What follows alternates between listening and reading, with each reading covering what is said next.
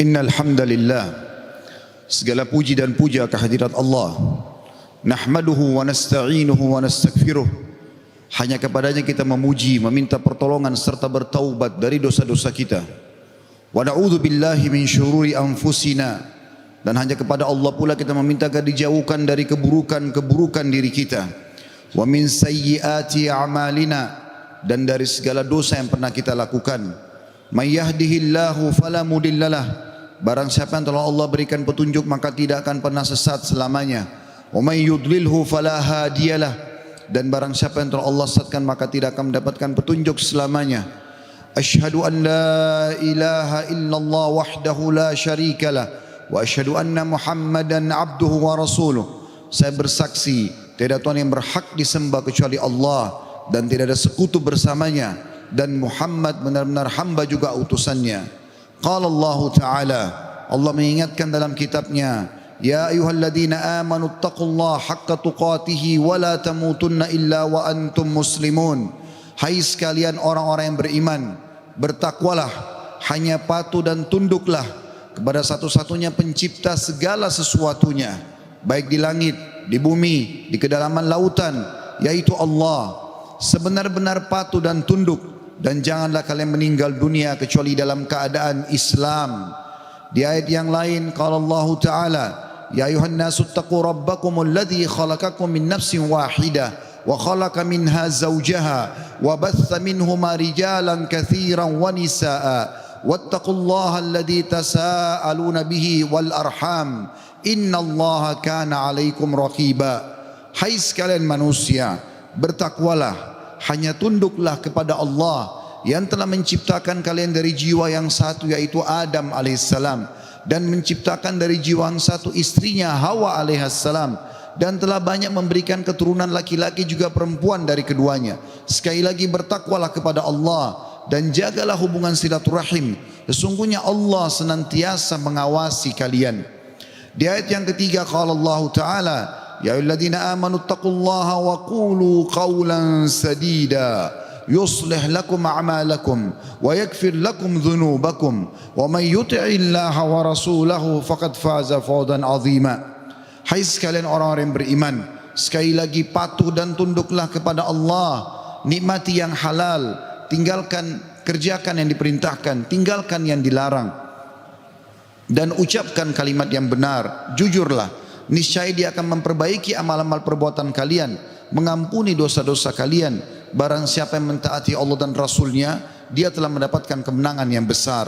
Amma ba'd, fa inna asdaqal hadithi kitabullah. Kita tahu sebaik-baik rujukan umat Islam dalam segala lini kehidupan mereka, terutama ibadah, adalah Al-Quran, kitabullah.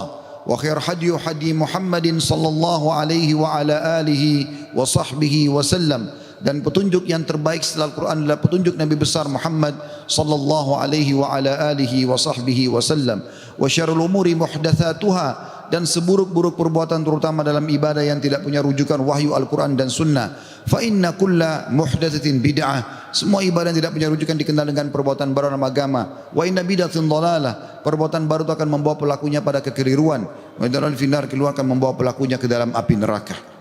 Saudaraku seiman rahimani wa rahimakumullah, apa yang saya bacakan tadi dikenal dengan khutbah hajah. Baginda Nabi SAW tidak melewatkan momen-momen penting pada saat ingin menyampaikan wasiat kepada umatnya, kecuali beliau membuka dengan khutbah hajah. 3 ayat tentang pentingnya bertakwa dan tunduk kepada Allah, serta mengingatkan agar ibadah selalu punya rujukan wahyu Al-Quran dan sunnah. Pada kesempatan ini kita akan bahas tentang keajaiban istighfar. Saudaraku seiman, banyak sekali ayat Al-Quran dan hadis Nabi SAW mengingatkan masalah ini. Dan juga kita akan dengarkan nanti perkataan para salafus salih tentang keajaiban istighfar dan dahsyatnya. Begitu juga insya Allah kita akan sebutkan apa yang didapatkan pada saat seseorang melazimkan istighfar itu. Mungkin sebagian orang terlintas di benaknya, istighfar kami semua sudah tahu, tapi pertanyaannya, apakah anda sudah rutinkan? Nanti akan lebih jelas insya Allah dengan statement para ulama salaf tentang masalah ini. Beranjak bahasan kita, saudaraku seiman, perintah Allah subhanahu wa ta'ala kepada nabinya Muhammad sallallahu alaihi wa ala alihi wa sahbihi wasallam yang sudah diampuni dosanya yang lalu dan akan datang. Allah berfirman, A'udzu billahi minasyaitonir rajim dalam surah An-Nasr ayat 3, fasabbih bihamdi rabbika wastaghfir innahu kana ghaffara. Maka bertasbihlah engkau hai Muhammad dengan memuji Tuhanmu dan mohon ampunlah kepadanya. Padahal Nabi Muhammad SAW sudah diampuni dosa-dosanya yang lalu dan akan datang. Sesungguhnya Dia Allah adalah zat yang maha penerima taubat. Juga dalam ayat yang lain dalam surah Muhammad ayat 19 Allah memerintahkan Nabinya Muhammad SAW istighfar. A'udzu billahi minasyaitonir rajim wastaghfir li dzambik walil mu'minina wal mu'minat wallahu ya'lamu mutaqallabakum wa mathwaakum. Dan mohonlah ampun bagi dosamu hai Muhammad dan bagi dosa orang-orang beriman laki-laki dan orang beriman perempuan, dan Allah Maha mengetahui tempat kamu berusaha dan tempat tinggalmu. Juga baginda Nabi sallallahu alaihi wa ala alihi wa sahbihi wasallam bersabda, wallahi inni la astaghfiranna Allah wa atubu ilahi fil yaumi aktsara min 70 marrah. Demi Allah, padahal beliau tidak butuh untuk sumpah, tapi untuk memastikan tentang pentingnya pengucapan istighfar di lisan setiap orang di antara kita. Beliau mengatakan, demi Allah, aku selalu beristighfar kepada Allah. Artinya pengucapan permohonan maaf kepada Allah dan bertaubat kepadanya. Maksudnya mengucapkan ikrar tidak akan mengulangi kesalahan dalam setiap harinya lebih daripada 70 kali. Dan hadis ini hadis sahih diriwayatkan oleh Imam Muslim. Juga dalam riwayat yang lain Nabi SAW sebutkan fil yaumi mi'ata marrah, dalam setiap hari sampai 100 kali. Saudaraku seiman, para ulama salaf menjelaskan kepada kita bagaimana kedudukan istighfar. Bermula dari perkataan sahabat yang mulia Abu Musa al-Ash'ari radhiyallahu anhu. Beliau mengatakan, dahulu kita memiliki dua pelindung dari azab atau siksaannya Allah. Salah satunya telah pergi, yaitu keberadaan Rasulullah sallallahu alaihi wa ala alihi wa sahbihi wasallam di tengah-tengah kita. Selama Nabi masih hidup sallallahu alaihi wasallam, mereka tinggal datang ke Nabi mengatakan mohon ampunlah untuk kami. Tapi sekarang Nabi sudah meninggal, maka sudah hilang satu kesempatan itu untuk menghilangkan azab, gangguan, gempa, banjir, bencana, kesulitan, wabah seperti sekarang. Dan tersisa satu, yaitu istighfar. Apabila ia juga telah pergi dari lisan seseorang di antara kita, maka niscaya kita binasa. Rabi' ibn Haytham rahimahullah, seorang ulama tabi'in berkata, merendahlah kalian kepada Rabb kalian, berdoalah kepadanya di kala senggang, maka Allah telah berfirman dalam hadis qudsi, man da'ani fir rakha'i ajabtuhu fi syiddah. Siapa yang memohon kepadaku pada saat dia senggang, aku akan penuhi kebutuhannya pada saat lagi sempit. Wa man sa'alani a'taitu, dan siapa yang memohon kepadaku pasti aku akan beri, kata Allah. Wa man tawadha'a li rafa'tu, dan siapa yang merendah karena aku akan angkat derajatnya. Wa man tafarraga li rahimtu, dan siapa yang meluangkan waktu untuk ibadah kepadaku, aku akan kasihi dia. Wa man istaghfarani ghafartulah, dan siapa yang memohon istighfar kepadaku, memohon ampun, aku pasti akan memaafkan kesalahannya. Sahal radhiyallahu anhu telah berkata tentang istighfar dalam menghapus dosa. Beliau mengatakan, permulaan istighfar adalah pengampunan atau mengingat, memanggil Allah. Kemudian akan bergantung kepada Allah, lalu kemudian tidak akan mengulangi kesalahan-kesalahan.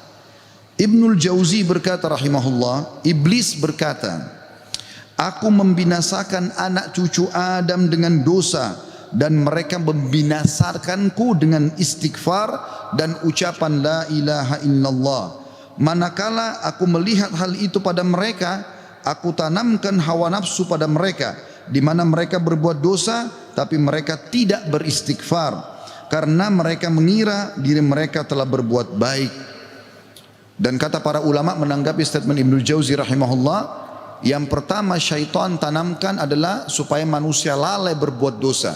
Pada saat dia sudah berbuat dosa, syaitan akan lalaikan dia supaya tidak istighfar. Karena istighfar adalah kata kunci dihilangkan dosa tersebut dan akhirnya azab Allah tidak datang.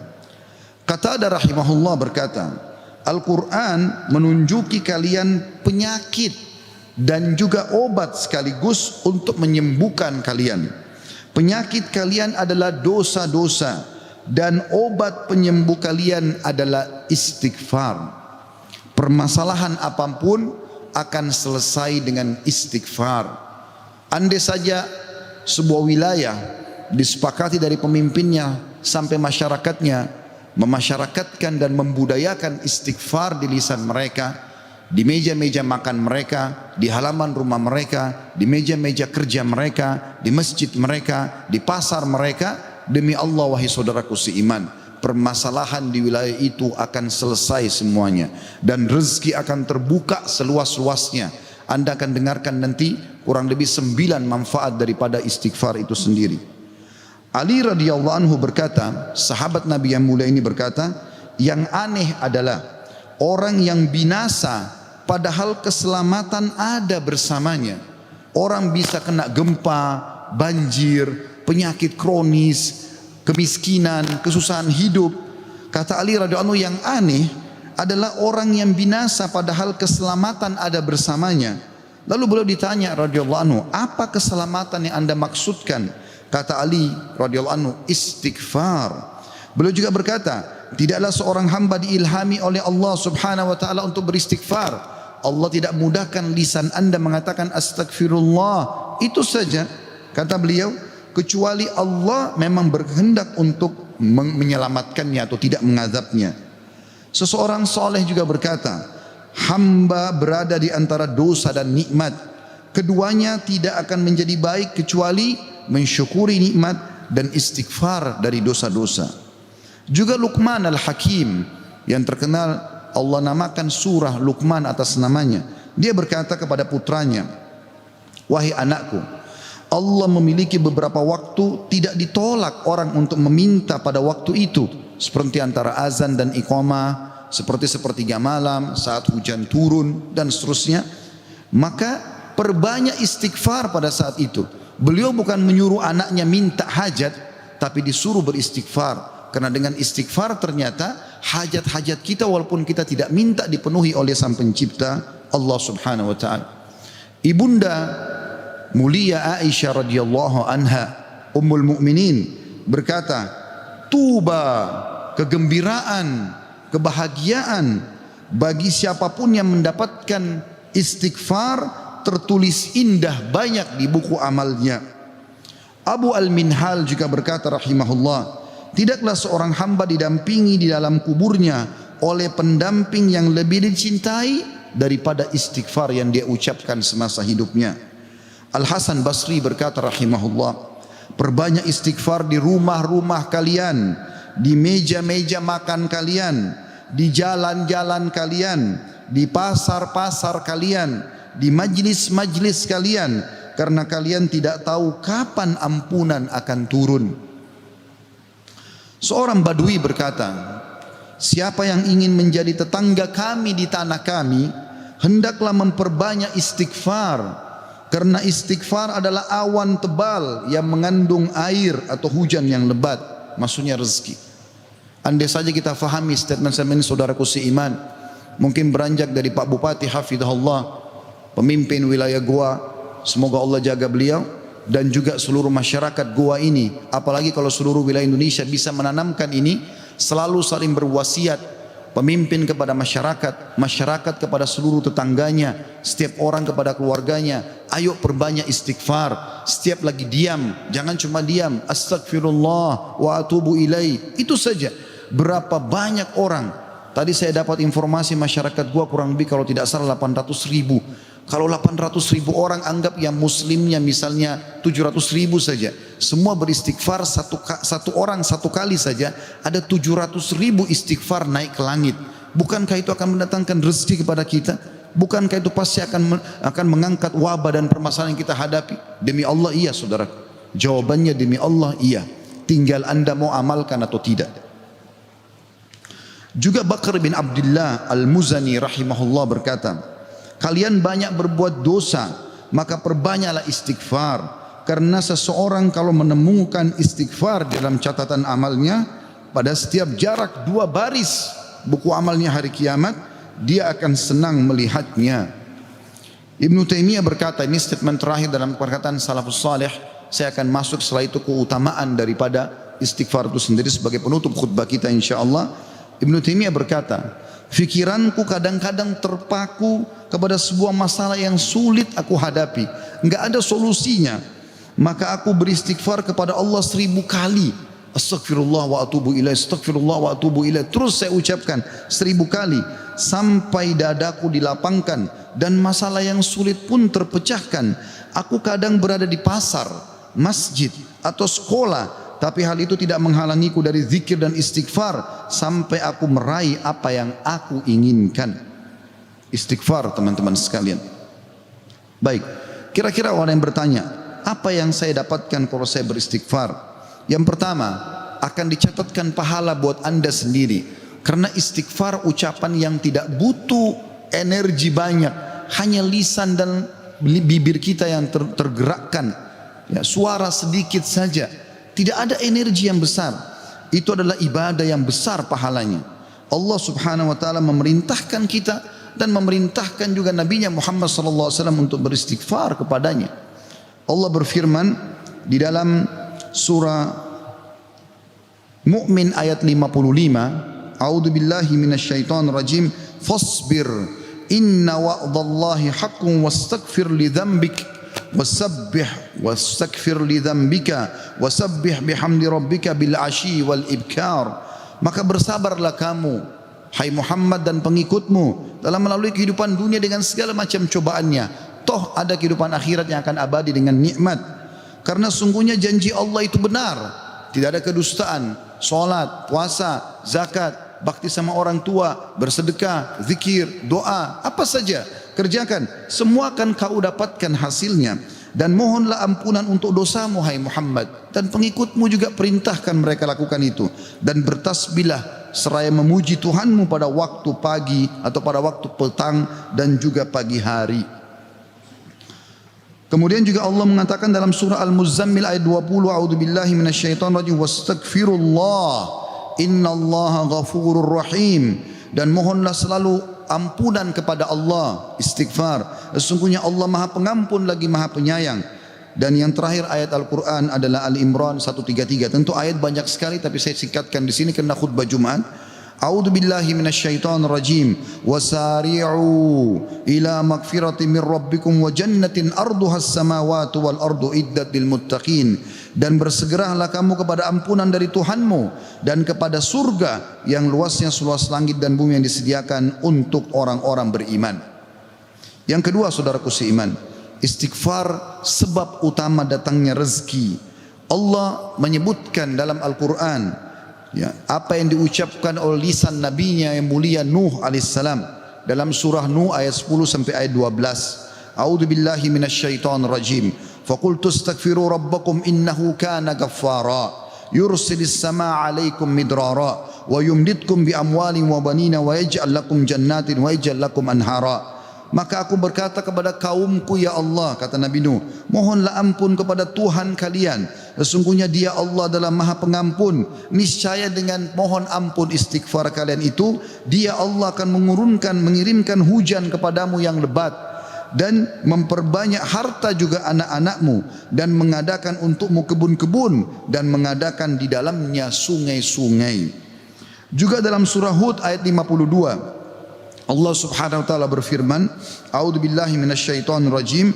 Ya qaumi, Nabi Hud berkata alaihissalam, ya qaumi istaghfiru rabbakum thumma tubu ilaihi yursilis samaa 'alaikum midrara wa yazidkum quwwatan ila quwwatikum wa la tatawallaw mujrimin. Hai kaumku, kata Nabi Hud alaihissalam, banyaklah mohon ampunlah kepada Tuhan kalian dan bertobatlah kepadanya. Niscaya pasti dengan istighfar dan tobat kalian Dia menurunkan hujan yang sangat deras atasmu. Maksudnya subur, hujan bukan mematikan tapi membawa berkah. dan dia akan menambahkan kekuatan kepada kekuatanmu. Fisikmu akan kuat, fikiranmu, jiwamu akan sehat, dan janganlah kamu berpaling dengan berbuat dosa.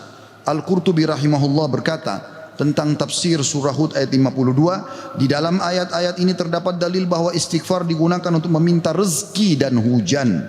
Juga Ibnu Katsir berkata rahimahullah dalam tafsir beliau surah Hud ayat 25, jika kalian bertobat dan memohon ampunan kepada Allah serta kalian mentaatinya, niscaya Allah akan memperbanyak rezeki kalian, memberikan kalian minum dengan nikmat-nikmat langit, mengeluarkan untuk kalian nikmat-nikmat bumi, menumbuhkan untuk kalian tumbuh-tumbuhan, mengalirkan untuk kalian air, dan menjadikan untuk kalian kebun-kebun. Di dalamnya terdapat berbagai macam buah-buahan, dan dia menyelingi di antara kebun-kebun tersebut sungai-sungai yang mengalir. Yang ketiga, saudaraku seiman, istighfar sebab masuk ke dalam surga. Sebagaimana kita sudah tahu bersama-sama, salah satu zikir pagi dan petang yang sangat dianjurkan adalah membaca Sayyidul Istighfar, tuannya istighfar, yaitu lafadznya sebagaimana dinukil dari Nabi SAW. Beliau mengatakan, Allahumma anta rabbi la ilaha illa anta khalaqtani wa ana abduka wa ana ala ahdika wa wa'dika mastata'tu a'udhu bika min syarri ma sana'tu abu'u laka bi ni'matika alayya wa abu'u bidzambi faghfirli fa innahu la yaghfiru dhunuba illa ant. Yang artinya, ya Allah, sungguhnya Engkau adalah Rabbku, penciptaku. Tidak ada Tuhan yang berhak disembah kecuali Engkau. Engkaulah yang telah menciptakanku dan aku adalah hambamu. Aku senantiasa berada dalam perjanjian bersamamu. Maksudnya mentauhidkan Allah dan tidak bermaksiat. Dan aku yakin akan janjimu tentang pahala bagi orang-orang mukmin semampuku. Aku berlindung kepadamu dari kejelekan yang aku perbuat. Aku mengakui nikmatmu kepadaku serta aku mengakui dosaku. Oleh karena itu ampunilah aku, karena sungguhnya tidak ada yang mengampuni dosa kecuali Engkau. Kata Nabi SAW, siapa yang mengucapkan ini, man qalaha minan nahari mukinan, dia yakin, besok dia ucapkan di siang hari atau pagi hari dengan yakin dalam hatinya, famata min yaumihi, kemudian dia meninggal pada hari itu, qabla an yumsiya, sebelum tiba di sore hari, fahuwa min ahlil jannah, dia pasti masuk ke dalam surga. Wa man qalaha minal laili wa huwa muqinun biha, dan siapa ucapkan walaupun sekali saja di malam hari, famata, maka kemudian dia mati, qabla an yusbih, sebelum dia tiba pagi hari, fahuwa min ahlil jannah. Yang keempat, istighfar adalah sebab dihapuskannya dosa. Mohon maaf kalau sedikit panjang, saya minta waktu sekian beberapa menit lagi. Kata ada berkata radhiyallahu rahimahullah, sesungguhnya Al-Quran menunjuki kalian tentang penyakit dan penyembuhannya, yaitu dosa adalah penyakit dan penyembuhannya adalah istighfar. Allah berfirman, a'udzubillahi minasyaitonir rajim, dalam surah Al-Imran 135, walladzina idza fa'alu fahishatan aw zalamu anfusahum dzakarullaha fastaghfaru lidzunubihim wa man yaghfiru dzunuba illallah wa lam yusirru ala ma fa'alu hum ya'lamun. Dan juga orang-orang yang apabila mengerjakan perbuatan keji dan menganiaya diri mereka, kalau mereka buat dosa, maka mereka ingat kepada Allah lalu mereka memohon ampun terhadap dosa-dosa mereka, dan siapa lagi yang dapat mengampuni dosa selain Allah, dan mereka terus mereka tidak meneruskan perbuatan dosa itu sedang mereka mengetahuinya. Kemudian teman-teman sekalian, selanjutnya adalah yang kelima, istighfar mencegah hukuman dari Allah Subhanahu wa taala. Saya ambil satu saja. Al Hasan Basri rahimahullah berkata, wahai anak Adam, meninggalkan dosa lebih ringan bagimu daripada mencari taubat, dan ketahuilah bahwasanya pada saat kau meninggalkan perbuatan dosa atau kau beristighfar pada saat berbuat dosa, maka azab Allah tidak akan datang. Karena Allah berfirman dalam surah Al-Anfal ayat 33, a'udzubillahi minasyaitonir rajim, wa ma kana Allahu liyu'adzibahum wa anta fihim, wa ma kana Allah mu'adzibahum yastaghfirun. Dan Allah sekali-kali tidak akan mengadab mereka sedangkan kamu berada di tengah-tengah mereka, hai Muhammad, dan tidak pula Allah akan mengadab mereka sedang mereka selalu memohon ampun. Yang keenam, istighfar sebab diangkatnya derajat. Dalam sebuah hadis, ajarkan bab ini kepada anak anda. Dalam hadis riwayat Ahmad dengan sanad hasan, kata baginda Nabi SAW, Inna Allah Azza wa Jalla yarfa'ud darajati lil abdi salihi fil jannah, fayaqulu ya Rabbi anna li hadhihi, fayaqulu bi istighfari waladika lak. Sesungguhnya Allah yang maha suci dan maha tinggi mengangkat derajat seseorang hamba saleh di surga sehingga dia bertanya, yang sudah mati diangkat derajatnya tinggi di surga. Hamba ini bingung, dia tidak pernah merasa berbuat amal yang bisa membawa dia ke derajat itu. Lalu dia bertanya, wahai Rabbku, dari mana nikmat ini hamba dapatkan? Maka kata Allah SWT, dari istighfar anakmu untukmu. Yang ketujuh, istighfar adalah sebab disucikan hati. Sebagaimana Nabi SAW bersabda, innal mu'mina idza adzama dzamban kanat nuqtatan sauda'u fi qalbihi. Kalau seorang mukmin berbuat dosa akan menjadi titik hitam dalam hatinya. Fa in taba wa naza wastaghfara su'ika qalbuhu minha. Kalau dia bertaubat kemudian dia beristighfar kepada Allah, meninggalkan dosanya, maka akan diangkat noda hitam itu dalam hatinya. Fa in zadat hatta taglufa qalbu fadzalika ar-rana alladhi dzakarahu Allah fi kitabihi kalla barrana ala qulubihim ma kanu yaksibun.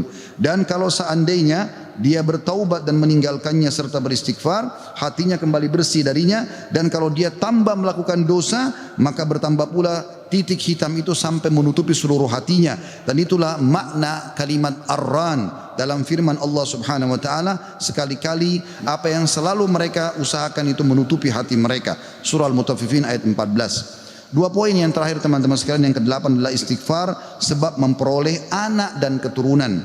Dinukil dalam sebuah riwayat disebutkan oleh Abu Hanifah rahimahullah dalam musnadnya, bahwasanya seseorang datang mengeluh dari Jabir bin Abdullah radhiyallahu anhu. Seseorang mengeluh kepada Nabi SAW lalu berkata, ya Rasulullah, ya sesungguhnya orang semua punya anak tapi aku sendiri yang tidak punya anak. Maka kata Nabi SAW, mana kau dari dua senjatamu, memperbanyak sedekah dan istighfar, maka dengannya kau akan diberikan rezeki. Kata Jabir bin Abdullah, orang itu pun mengamalkan, lalu saya menyaksikan orang itu dikaruniai 9 orang anak, semuanya laki-laki.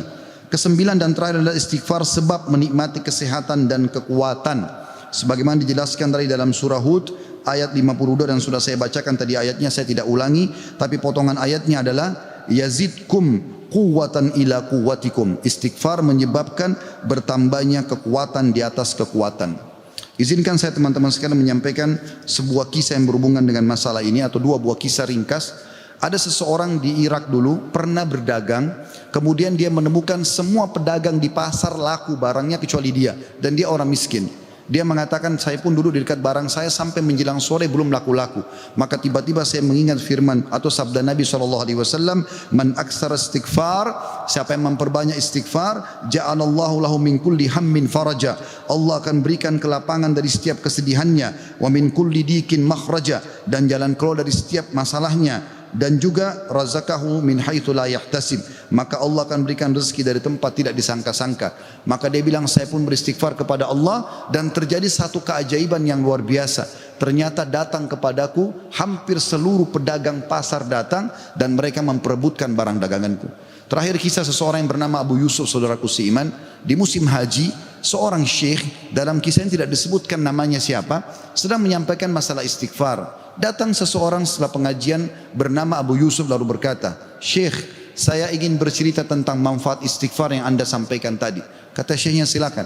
Dia bilang, saya menikah bertahun-tahun tidak punya anak sama sekali, dan saya sama istri saya sedih. Lalu satu waktu saya pernah mendengarkan sebuah siaran tentang makna firman Allah SWT surah Nuh ayat 10 sampai ayat 12. Tadi sudah saya bacakan ayatnya, bahwasanya orang kalau istighfar akan diturunkan hujan dari langit, diberikan keturunan dan juga harta. Lalu saya mengatakan kepada istri saya, wahai Ummu Yusuf, ayo kita istighfar, sudah bertahun-tahun kita berusaha berobat sana sini tidak punya anak. Maka dia sama istrinya yang mengatakan, kami pun beristighfar tidak mengenal waktu, tidak mengenal tempat kecuali di WC. Kita tidak baca di WC, di tempat tidur, di ruang makan, di halaman, selalu baca. Dan subhanallah, kata dia, Syekh, bulan itu Ummu Yusuf hamil dan lahirlah Yusuf. Begitu selesai hamil, lagi masa nifas, saya bilang, Ummu Yusuf, kita sudah bertahun-tahun tidak punya anak, ayo kita istighfar kepada Allah untuk anak yang kedua. Kata dia, anda tahu Syekh, selesai nifas Ummu Yusuf hamil dan kami dapat lagi anak kedua, dua-duanya laki-laki. Setelah anak kedua lahir, di masa nifas saya bilang lagi, wahai Ummu Yusuf, kita beristighfar kepada Allah untuk anak yang ketiga. Maka saya sama Ummu Yusuf beristighfar yang ketiga, dan ternyata selesai masa nifas hamil dan juga melahirkan di tahun ketiga anak laki-laki yang ketiga. Kata syekhnya, semoga Allah berkahi. Itu betul-betul firman Allah. Allah mengatakan Allah tidak akan pungkiri janjinya. Dia mengatakan, belum selesai kisah saya Syekh. Setelah itu Ummu Yusuf berkata, wahai Abu Yusuf, kita berhenti dulu istighfar untuk mohon anak, istighfar untuk yang lainnya, tapi permohonan anak berhenti dulu sampai anak-anak besar.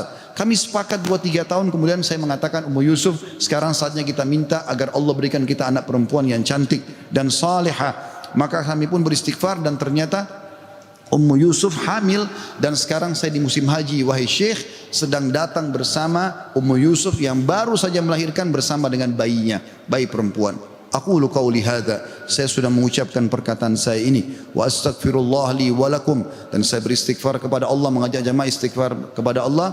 Fastaghfiruhu innahu huwal ghafurur rahim, beristighfarlah sungguh Dia Maha Pengampun dan juga Maha Pengasih. Alhamdulillah wassalatu wassalamu ala Rasulillah. Segala puji dan puja kehadirat Allah Subhanahu wa taala, juga salawat dan taslim kepada Nabi besar Muhammad sallallahu alaihi wa ala alihi wa sahbihi wasallam. Hari Jumat adalah hari yang mulia saudaraku seiman, dan ada waktu mustajab doa. Dalam dua riwayat, yang pertama riwayat Imam Muslim, kata Nabi SAW, tidak ada seorang muslim pun berdoa di hari Jumat kecuali diijabah, dan kejarlah pada saat khatib di khutbah kedua sampai diiqamahkan salat. Makanya semua khatib pasti berdoa di khutbah kedua. Yang kedua riwayat An-Nasa'i, kata Nabi SAW, Jumat ada 12 waktu, tidak ada seorang muslim yang berdoa kecuali diijabah sama Allah, dan perbanyak doa selepas asar sampai terbenam matahari. Maka jangan kita sia-siakan waktu mustajab ini. Mari kita hadirkan hati dan pikiran kita untuk berdoa kepada Allah Subhanahu wa taala, semoga Ia mengijabahnya. Alhamdulillahi Rabbil Alamin. Kami memujimu ya Allah sebagaimana layak Kau dipuji sebagai pencipta. Dan juga kami mengucapkan salam hormat kami kepada Nabi Muhammad sallallahu alaihi wasallam, sebagaimana Engkau telah mengucapkan salam hormat kepadanya. Ya Allah, kami tidak berkumpul di salah satu rumah-Mu ini kecuali karena ingin menjalankan perintah dan kewajiban yang Kau bebankan kepada kami. Maka ikhlaskan niat kami dan terimalah seluruh amal-amal soleh yang pernah kami kerjakan, baik kami ikhlas atau kurang ikhlas, yang sedang kami kerjakan, yang akan kami kerjakan sampai menjelang ajal datang nanti. Sesungguhnya la haula wala quwata illa bik, kami tidak punya daya dan kekuatan kecuali dengan izin-Mu. Ya Allah, ampunilah seluruh dosa-dosa kami, dosa kedua orang tua kami, dosa seluruh kerabat-kerabat kami, dosa seluruh kenalan-kenalan kami, bahkan dosa seluruh muslimin dan muslimat, mukminin dan mukminat yang hidup dan juga yang sudah meninggal. Ya Allah, janganlah Engkau bubarkan kami dari solat Jumat yang mulia ini kecuali Engkau telah bersihkan dosa-dosa kami, dan Engkau ganti semuanya menjadi pahala dengan izin-Mu, karena Engkau telah mengucapkan dalam satu firman-Mu, ulaika alladhina yubaddilullahu sayyi'atihim hasanat, mereka adalah hamba-hamba yang Allah ganti dosa-dosanya menjadi pahala. Ya Allah, jadikan negara kami Indonesia negara yang aman, tentram, damai.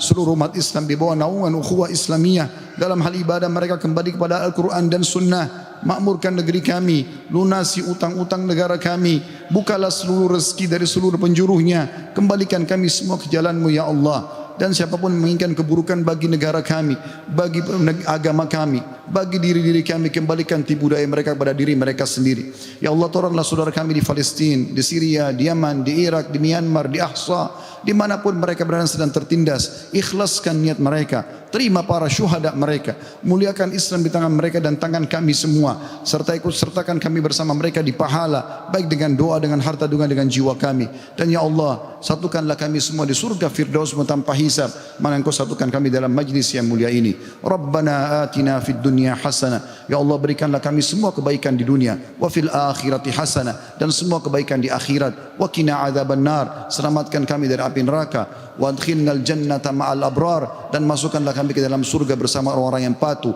Ya Azizu ya Ghaffar, wa Izzat yang maha mulia dan juga maha pengampun. Ya Rabbal alamin, wa Tuhan alam semesta. Wa sallallahu nabiyina Muhammadin walhamdulillahi rabbil alamin. Inna Allah ya'mur bil adli wal ihsan. Allah seluruh menyuruh kita berbuat adil dan kebaikan. Wa yanha 'anil fahsya'i wal munkari wal baghi. Allah larang perbuatan keji, mungkar dan maksiat. Ya'idukum la'allakum tadhakkarun. Itu peringatan dari Allah, jadikanlah sebagai pegangan hidup kalian. Fadhkurullahal azima yadhkurkum. Ingat kepada Allah maka Allah akan ingat kepada kalian. Washkuru ala niyami yazidkum. Syukuri nikmatnya dia pasti akan tambah. Wala dzikrullahi akbar. Mengingat Allah adalah amalan yang paling besar. Wa aqimis shalah, dan dirikan